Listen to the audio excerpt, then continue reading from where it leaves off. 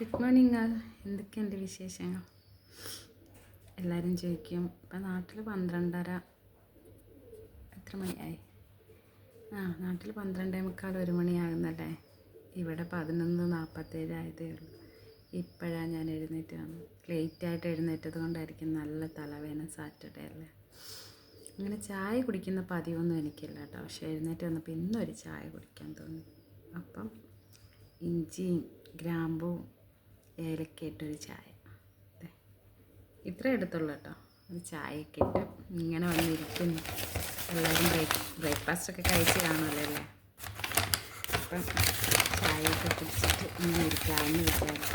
പിന്നെ നമുക്ക് ഉള്ളിവട കേട്ടോ. രാവിലെ ചായ ഉള്ളിവട. ഞാൻ എല്ലാവരോടും പറഞ്ഞില്ല എന്നെ ഒന്ന് ഫോളോ ആക്കണേന്ന്. നമുക്ക് 146 പേരാണ് ഫോളോ ആക്കി. അവരോടെല്ലാം ഒരു big thank you so much. നിങ്ങളുടെയൊക്കെ സപ്പോർട്ട് ചെയ്തതിന്.